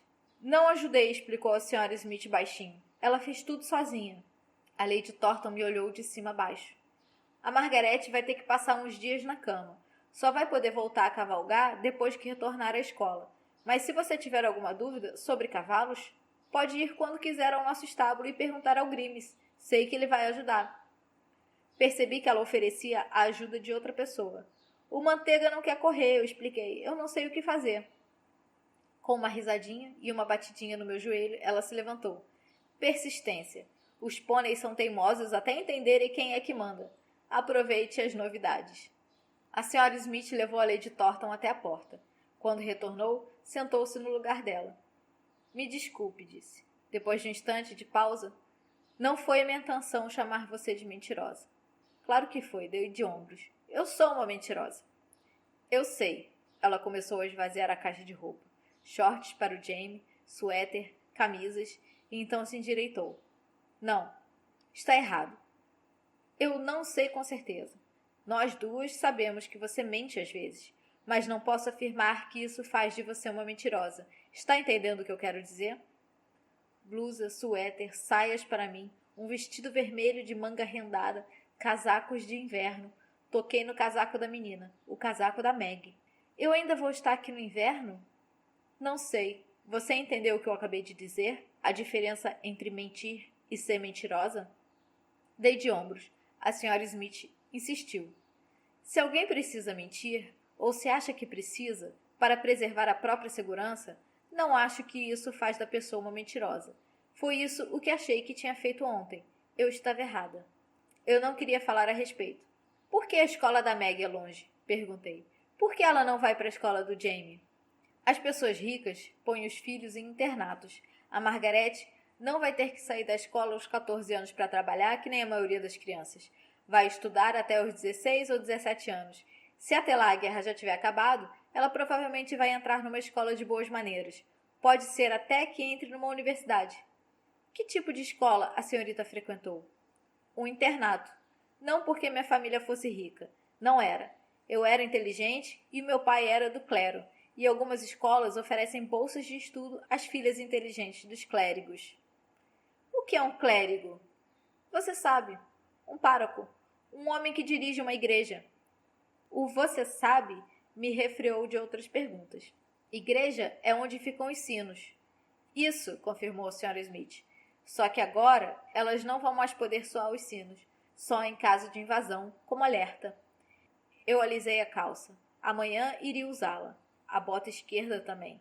Ada, disse a Sra. Smith, eu queria ter acreditado em você. Olhei de soslaio para ela e dei de ombros outra vez. Capítulo 17. Quando Jamie voltou para casa, ficou óbvio que estivera chorando. Mas ele não quis dizer por quê. Molhou a cama durante a noite e acordou péssimo. Do lado de fora, nuvens cinzentas cuspiam chuva. Não posso ir para a escola com chuva, disse o Jamie. Claro que pode, retrucou a Sra. Smith. Ela estava com uma cara horrível. O cabelo todo desgrenhado e rodelas escuras debaixo dos olhos. Segurou a caneca de chá com as duas mãos e olhou bem lá dentro. Eu não vou, disse o Jamie. Não comece, respondeu a Sra. Smith. Nós nos sentamos para tomar café da manhã e um avião explodiu na pista de pouso. Caiu, eu acho. Não, explodiu no ar. Explodiu porque caiu. O tanque de gás estourou. Ficamos sabendo disso depois. Parecia uma bomba explodindo. Uma bomba no pasto do manteiga. Nós três pulamos. Derrubamos as louças e as cadeiras. Corri até a porta para ver o manteiga, mas a Sra. Smith me agarrou como um Jamie e nos puxou para debaixo da mesa. Depois de um instante, ao ver que nada mais tinha acontecido, ela se levantou e foi olhar pela janela. Ah, é um avião. Sobre a massa de fumaça negra, do outro lado da estrada, vimos as chamas alaranjadas e os fragmentos de metal retorcido. O Jamie gritou. Ele teria corrido até a pista de pouso, mas a Sra. Smith o conteve. Nada de civis. Agora não. Está vendo? Estão apagando fogo. Vimos militares, homens e mulheres, pequeninos à distância trabalhando rápido e ao redor do avião em chamas. Quem era o piloto? Perguntou Jamie. E as pessoas dentro do avião? A gente não conhece, respondeu a Sra. Smith afagando-lhe os cabelos. Eu conhecia, disse o Jamie. Eu não sabia ao certo se o Jamie podia conhecê-los. Agora, a pista de pouso estava protegida por uma enorme cerca e a entrada era proibida, o que não impediu o Jamie de entrar, é claro, mas não disse nada. Não o acusaria de mentiroso, não por conta de algum aviador morto. Que tipo de avião será que era? Perguntou a Sra. Smith. Um Lysander, respondeu Jamie. Um avião de transporte. Podia ter 10 pessoas a bordo. Nós o encaramos. Pelo barulho, parecia, antes de cair. Eu estava tão acostumada com o som dos aviões que já nem prestava atenção. Os diferentes tipos de aeronave não pareciam diferentes para mim. O Jamie se aninhou nos braços da Sra. Smith, ela o abraçou forte e o embalou com doçura, para frente e para trás. Fiquei quieta, absorvendo o que via. O Jamie buscando o conforto de alguém que não era eu. Mais tarde, naquela semana, fomos às compras na cidade. Cruzamos com Lady Thornton, e ela contou que Meg, a quem chamava de Margarete, óbvio, já havia partido para a escola e só voltaria no Natal. Lamentei não tornar a vê-la. Queria conversar com ela sem a pancada na cabeça. Queria saber se ela iria gostar de mim quando não estivesse passando mal. O Jamie continuou odiando a escola. Matou a aula 2 vezes. Então a professora escreveu um bilhete para a Sra. Smith e a Sra. Smith começou a levá-lo para a escola todos os dias. Depois de entrar no prédio, ele ficava preso. Eu conhecia bem a sensação de aprisionamento. Passar o verão inteiro presa no nosso apartamento. Passar a vida inteira presa no nosso apartamento. Mas não conseguia entender por que o Jamie odiava a escola. A maioria das crianças da nossa antiga vizinhança estava lá. incluindo todos os amigos dele, menos o Billy White. Na hora do recreio, podiam correr e brincar no pátio. Além do mais, dali a pouco tempo, ele saberia ler e escrever. Então, a Sra. Smith não precisaria ler os Robson suíços para a gente à noite. O Jamie conseguiria ler sozinho. Não quero falar disso, dizia ele quando perguntávamos. Desculpe, dizia quando molhava a cama, o que agora acontecia todas as noites. Quero ir para casa, ele repetia. Você ia ficar com saudade da Sra. Smith, eu respondia de malcriação. Não ia não, eu teria a mãe. Eu imaginava que a mãe pudesse ter amolecido com relação a gente, ou pelo menos em relação ao Jamie. Ela com certeza sentia saudades nossas, pelo menos um pouco. Lá em casa também tem escola, eu disse. Ele dava de ombros. A mãe não ia me obrigar a ir. Eu sabia que provavelmente era verdade. Enquanto isso, víamos a Sra. Smith aflitíssima com o silêncio da mãe, que não respondera nenhuma das cartas. Sua mãe sabe ler? Ela me perguntou. Dei de ombros. Como eu poderia saber? Sem dúvida, deve haver um agente social, um pároco, alguém em condições de ler para ela e redigir uma resposta. Provavelmente sim, mas a mãe jamais pediria. Que importância isso tem? Perguntei. Afinal, a mãe sabia onde estávamos e podia ir nos buscar quando bem entendesse. A senhorita quer que ela venha nos levar para casa? A Sra. Smith me deu uma olhada estranha. Não quero. Você sabe como isso é importante. Eu não sabia. Às vezes eu sentia muita raiva de tudo que eu não sabia. A Sra. Smith comprou uma montanha de material preto para o blackout. Estávamos sob ordens de blackout desde o primeiro dia da evacuação, antes mesmo da guerra começar. Isso significava que ninguém, fosse casa, prédio, loja, até mesmo ônibus ou carros, podia exibir qualquer tipo de luz depois do anoitecer. Dessa forma, se os alemães viessem nos bombardear à noite, não teriam como localizar as cidades e os vilarejos. Era mais difícil acertar um lugar escuro que um iluminado. No primeiro mês, a Sra. Smith não se deu ao trabalho de cobrir as janelas. Simplesmente não acendia as luzes à noite. O Jamie e eu íamos dormir antes de escurecer. Então, não nos importávamos. E para a Sra. Smith não fazia diferença ficar sentada pensando numa casa com luz ou sem. Agora, no entanto, o sol começou a se pôr mais cedo. Então ela fez as cortinas de blackout para as janelas de cima e revestiu de tecido toda a extensão dos caixilhos das janelas de baixo. Passamos um sábado acordados até tarde montando blackout. Depois, acendemos todas as luzes. O Jamie e eu contornamos a casa, procuramos saídas de luz gritando para a Sra. Smith quando encontrávamos alguma. Ela foi ajustando as cortinas até não haver mais nenhuma saída. Depois ela preparou um chocolate quente. Muito bem, disse. Tenho certeza que a gente pode se acostumar a viver nessa escuridão. Ela parecia quase feliz, quase contente. Perguntei-me como seria se o Jamie e eu realmente ficássemos ali o inverno inteiro. Eu odiava o inverno no apartamento. Era tão frio. A Sra. Smith tinha uma lareira na sala. Dava para queimar carvão. Desde que a Beck morreu, eu não usava a máquina de costura, ela continuou. Foi bom costurar alguma coisa, mesmo que tenha sido essas cortinas horrorosas. Acho que vou fazer umas coisas para vocês dois. A Sra. Smith nos fizera experimentar todas as roupas que a Lady Thornton tinha trazido e devolvemos as que não tinham ficado boas. Ela também havia jogado fora as roupas com as quais viéramos de Londres. Mesmo assim, eu tinha 3 blusas, 2 saias, 2 suéteres, um vestido, um casaco e uma calça de montaria. Mais roupas do que tivera em toda a minha vida. Não imaginava precisar de mais nada. Roupões, disse a Sra. Smith, como se lesse meu pensamento. Pro inverno, algo quentinho para você cavalgar. Talvez alguma coisa bonita. O vestido vermelho é bem bonito, mas não é a cor que cai melhor em você. Ela me olhou de um jeito que me trouxe uma sensação de peixe na tábua.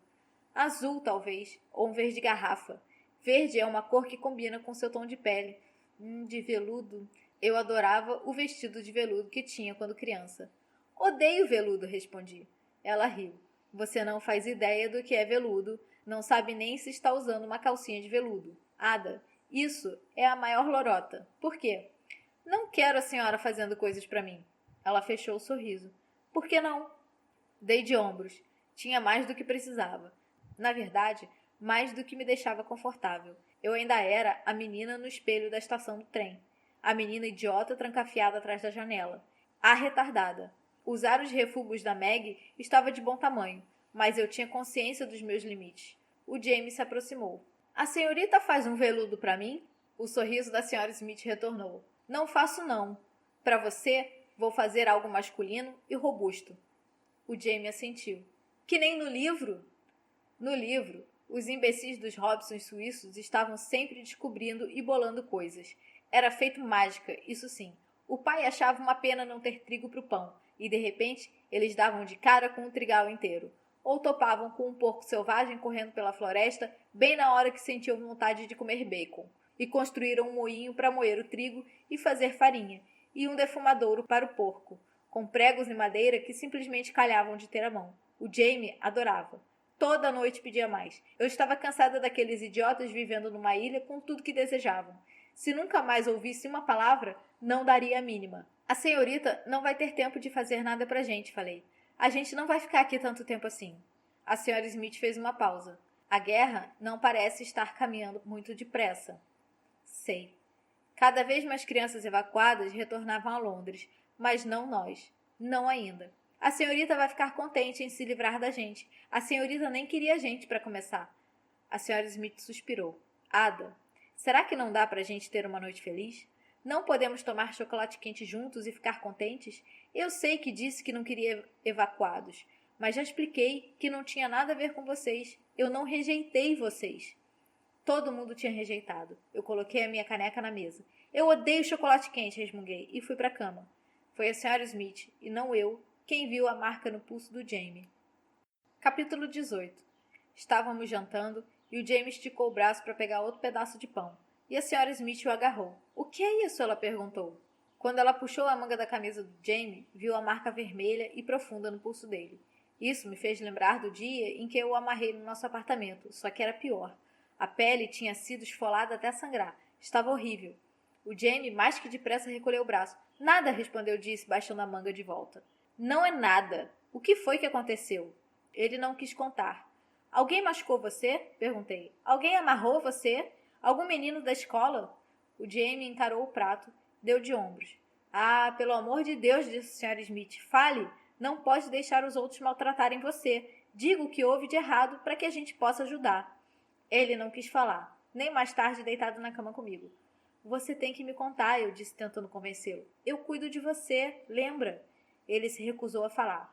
No almoço do dia seguinte, a senhora Smith me surpreendeu. Ada, quer ir comigo levar o Jamie para a escola? A gente pode fazer umas compras no caminho de volta. Eu estava preocupada demais com o Jamie, então concordei, mesmo suspeitando que ela tivesse planos em relação ao veludo. A senhora Smith entrou com o Jamie no prédio da escola como achava que fazia sempre. Fiquei do lado de fora. Vamos tomar um chá, disse ela ao voltar, e daqui a meia hora a gente volta. Fomos a uma casa de chá, que era um lugar cheio de mesas onde compravam coisas para comer e beber, que nem um bar, só que sem cerveja e mais limpo. Senhorita, sussurrei ao me sentar, por que as mesas têm cobertor? São toalhas de mesa, para deixá-las mais bonitas. Ora, pensei, que coisa, vestir as mesas. Que coisa gastar tecido para vestir as mesas. Uma dona se aproximou e a senhora Smith pediu bolinhos e um bude de chá. Lembrei-me de pôr o guardanapo no colo e agradecer à dona quando ela trouxe o chá. Ela sorriu. Que educadinha! É evacuada? Eu não sabia como a dona sabia, e aquilo não me agradou. É o seu sotaque, explicou a senhora Smith. Você fala diferente do pessoal daqui do interior. Eu falava diferente do pessoal chique. Isso sim. Sabia disso. E também não gostava. Estava me esforçando ao máximo para me integrar àquele lugar. Quando terminamos o chá, retornamos para a escola. A senhora Smith foi logo entrando sem dizer nada. Marchou até o saguão e abriu a porta da primeira sala de aula. Nem bateu. Quando a alcancei, ela estava paralisada. Olhei para dentro e vi o que ela via. A turma inteira, incluindo Jamie, estava nas escrivaninhas com lápis e papel. O Jamie estava com a mão esquerda amarrada à cadeira. Amarrada, mesmo com a marca de sangue que já estava se formando no seu pulso. Quando eu o amarrei, pelo menos, soltei na mesma hora. O que significa isso? Perguntou a senhora Smith, e algumas meninas deram um salto. O Jamie viu a gente, e o rosto dele ficou vermelho. A senhora Smith foi até ele e desamarrou o pulso. O Jamie se encolheu. Encolheu-se como se esperasse uma surra, como eu às vezes me encolhia.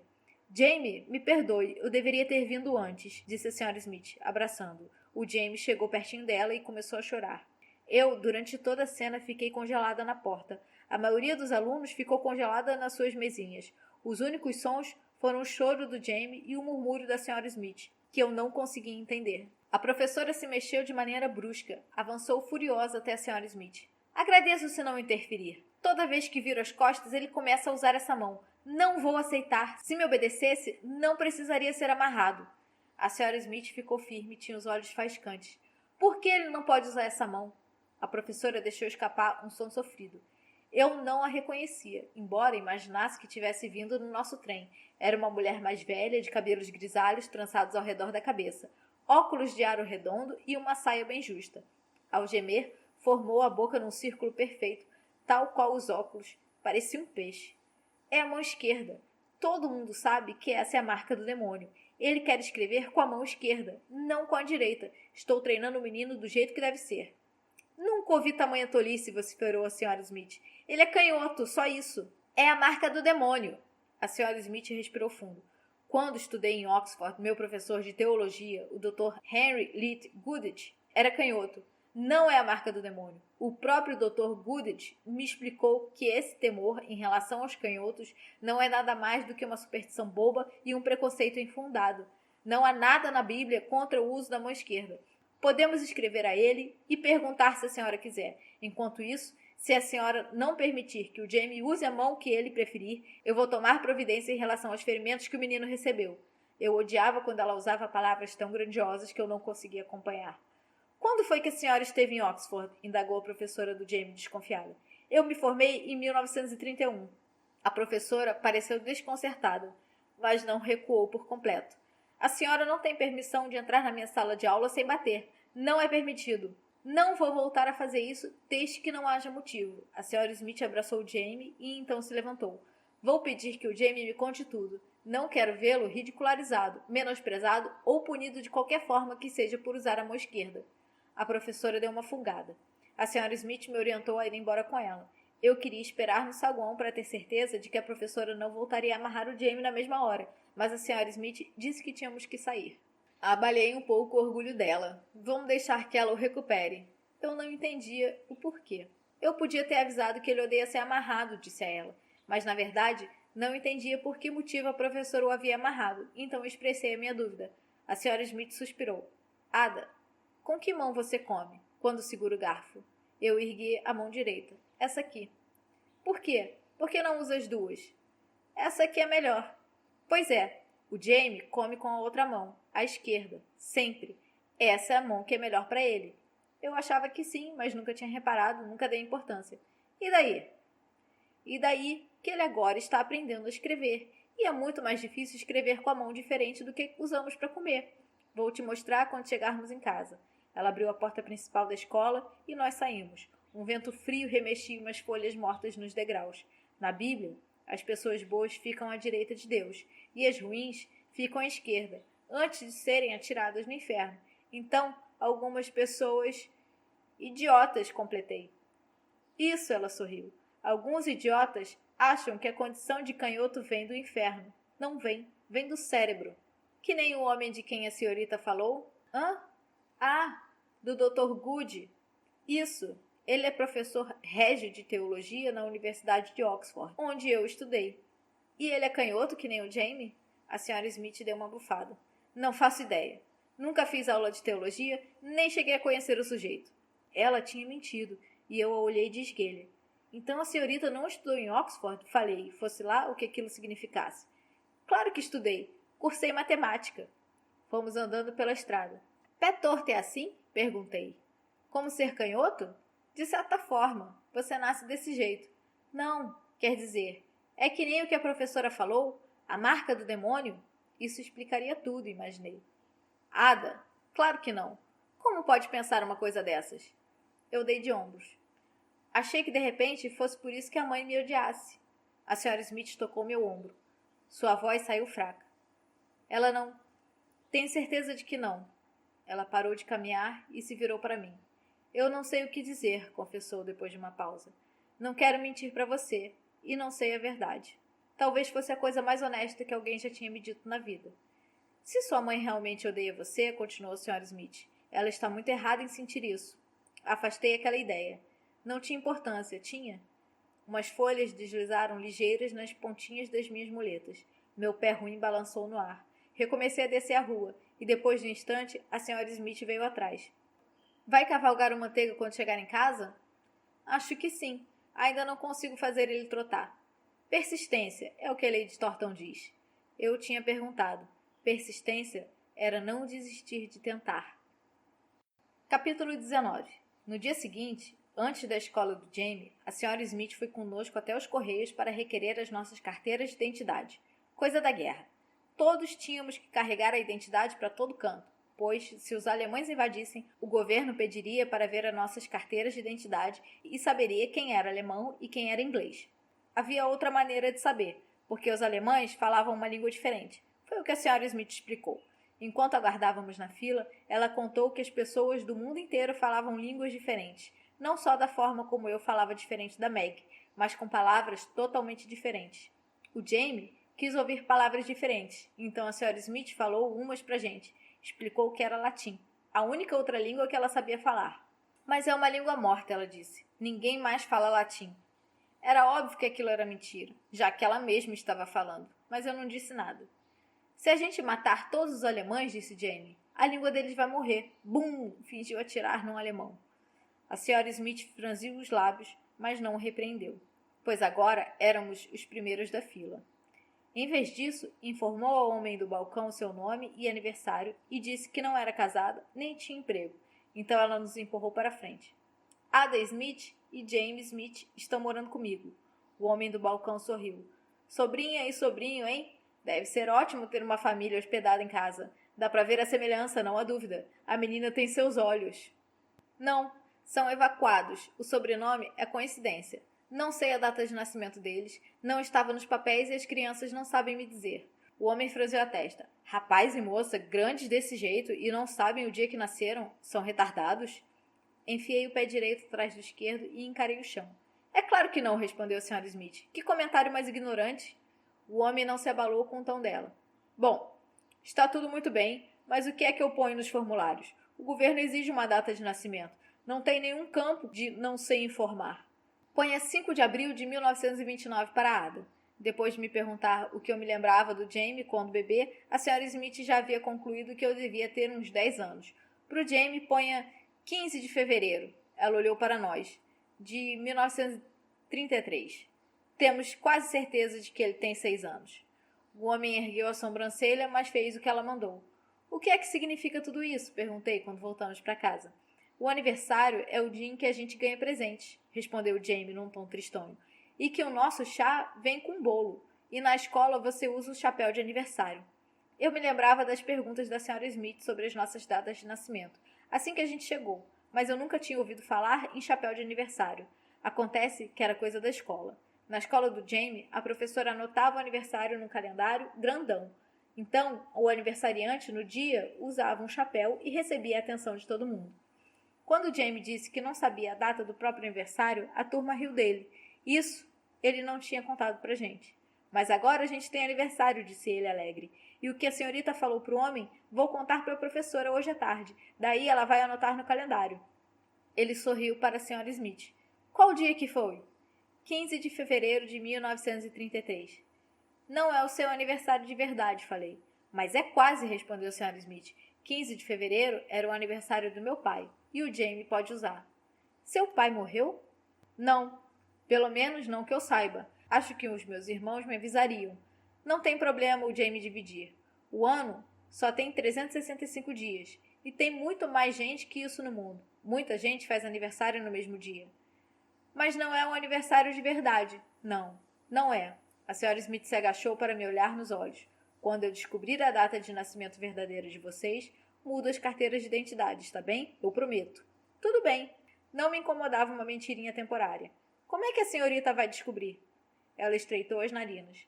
Sua mãe sabe. Quando responder as minhas cartas, ela vai dizer. Então, ainda podia demorar muito. Eu duvidava que algum dia fosse à escola e usasse um chapéu de aniversário. Mas mesmo assim, vai ter bolo com chá no dia do meu aniversário? No dia em que a senhorita falou para o homem?